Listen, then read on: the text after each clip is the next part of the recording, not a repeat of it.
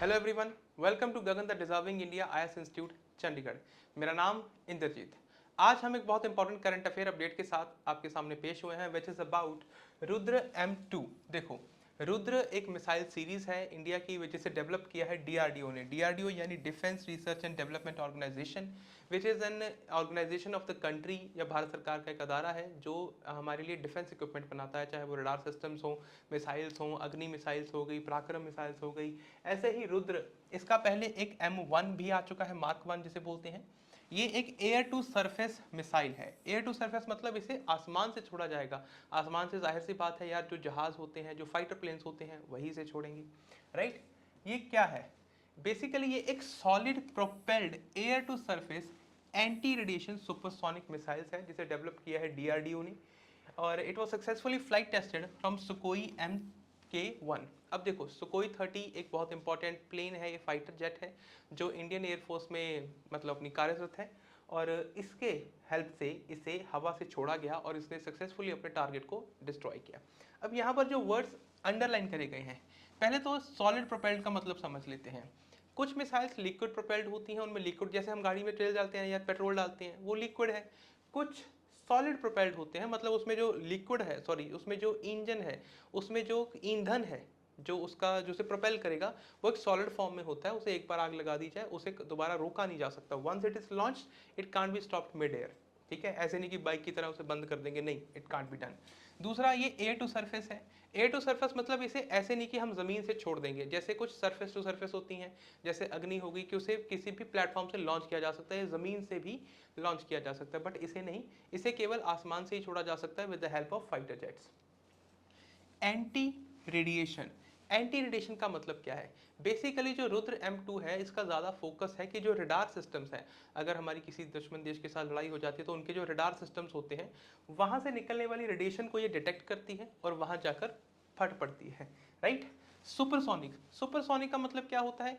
It is 5 times, मतलब ये जो आवाज़ की साउंड है, सॉरी, आवाज़ की साउंड की जो स्पीड है, उससे 5 गुना स्पीड के ऊपर ट्रैवल करती है, राइट।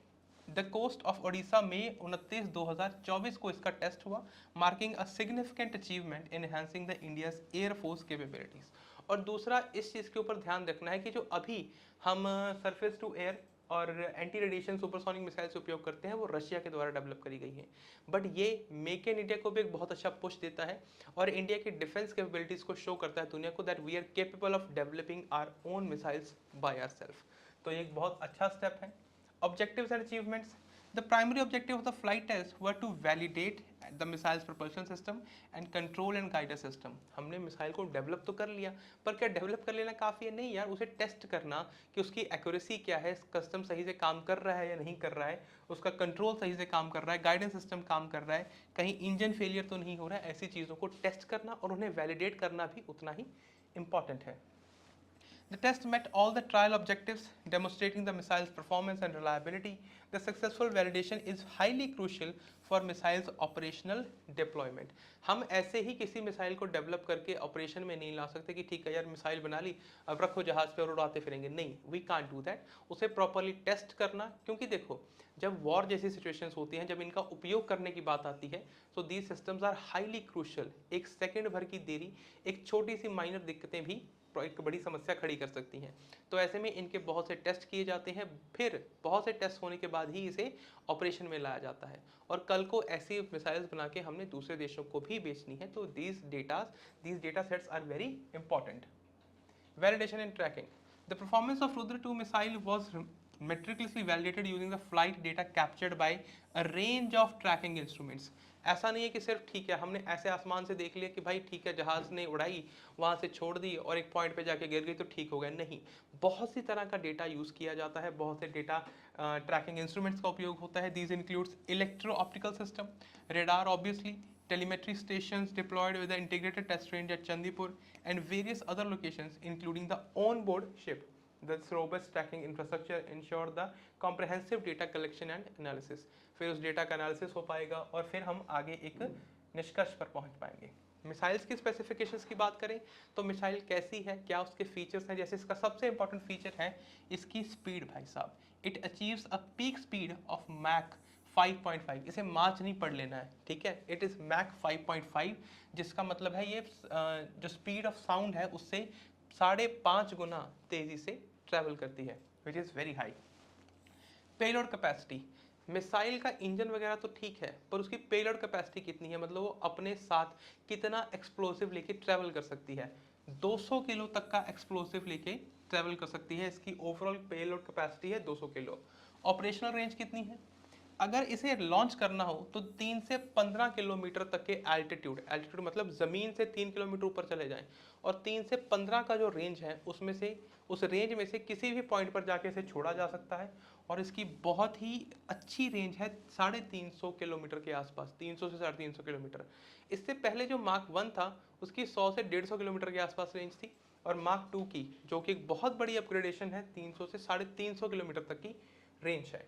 गाइडेंस सिस्टम, किसी भी मिसाइल के लिए, किसी भी फाइटर जेट के लिए सबसे ज़्यादा इंपॉर्टेंट क्या होता है, गाइडेंस सिस्टम, कि भाई हमने मिसाइल को छोड़ तो दिया, पर क्या जहाँ टारगेट है वहाँ पर जाके एक्सप्लोड होगी, this is the big question, right.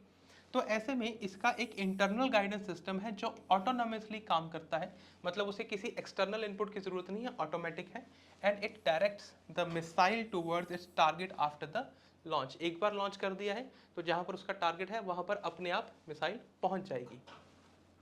Target capabilities, designed to destroy enemy assets such as aircraft hangars, bunker, और सबसे ज़्यादा इंपॉर्टेंट ग्राउंड रेडार्स। जैसे मैंने बताया it's a anti radiation missile. Anti radiation missile का मतलब क्या है कि जो रेडार सिस्टम्स होते हैं, रेडार सिस्टम्स को डिटेक्ट करेगी और वहाँ पर सीधा जाके हमला करेगी। कम्युनिकेशन स्टेशन हो गए, making it ideal for suppression of enemies air defence systems या मिशंस, एक ही बात है। एवोल्यूशन कैसे हुआ है इसका, ये एक अपग्रेड है। Rudra M2 is an upgrade from mark 1।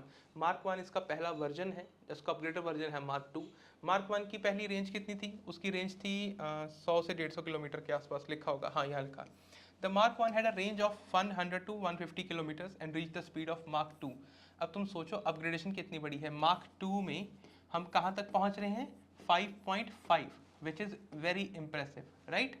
With a launch altitude of 1 to 15 km, the enhanced range and speed of Rudra M2 positioned it as more advanced alternative to the Russian KH-31, जिसे अभी हम use कर रहे हैं, Indian air force use कर रही है, that is Russian KH-31 anti radiation missile currently being used by India.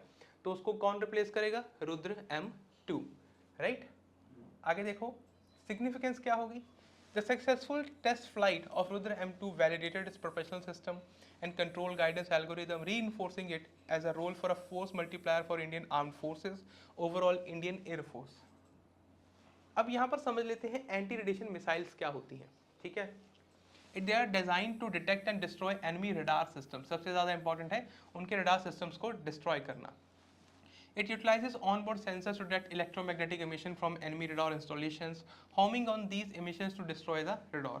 Propulsion, they use solid fuel rocket propulsion system, which is the most reliable system till date. Solid system को, solid propulsion को अगर बिल्कुल layman language में समझना हो ना, तो जो हम घर में दिवाली के वक्त आतिशबाजी चलाते हैं, वो छोटे से जो 70-80 रुपए की आती है, उसको आपने एक बार जला दिया, उसके अंदर कौन सा लिक्विड होता है, सॉलिड होता है, आपने एक बार जला दिया वो ऊपर जाके फटती है। वैसा ही कुछ सिस्टम होता है, मतलब डिटेल में नहीं जाएंगे, पर अगर बिल्कुल आसान भाषा में समझना हो तो इसे आतिशबाजी की तरह समझ सकते हैं। वो होता है solid fuel rocket propulsion system.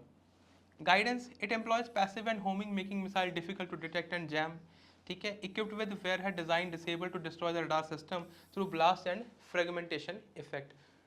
चलो, आई होप यहाँ तक ये टॉपिक आपको समझ आ गया होगा।